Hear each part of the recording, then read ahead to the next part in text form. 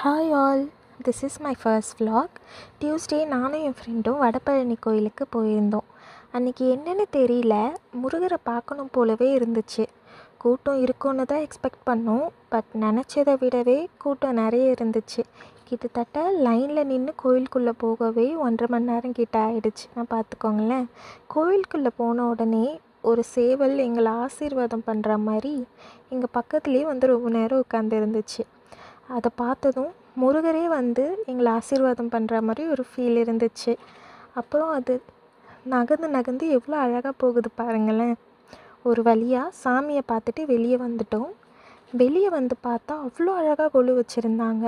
நான் இப்போ தான் வடபழனி கோயிலில் கொலு பார்க்குறேன். நீங்கள் ஆல்ரெடி பார்த்துருந்தீங்க அப்படின்னா கமெண்டில் சொல்லுங்கள். கல்யாணம் பண்ணுற மாதிரி மகாபாரதத்தில் வர கதை எல்லாமே கொலு பொம்மையாக அழகாக வச்சுருந்தாங்க. இங்கே பாருங்களேன், அம்மன் சிலை எல்லாமே எவ்வளோ அழகாக இருக்குன்னு. அப்படியே ஃபுல்லாக சுற்றி பார்த்துட்டு ரொம்ப மன திருப்தியோடு கிளம்பணும். இந்த வீடியோ உங்களுக்கு பிடிச்சிருந்தா லைக் அண்ட் சப்ஸ்கிரைப் பண்ணுங்கள் டியூட்ஸ். திரும்ப அடுத்த ஒரு vlogல உங்கள் எல்லாரையும் மீட் பண்ணுறேன். டாட்டா.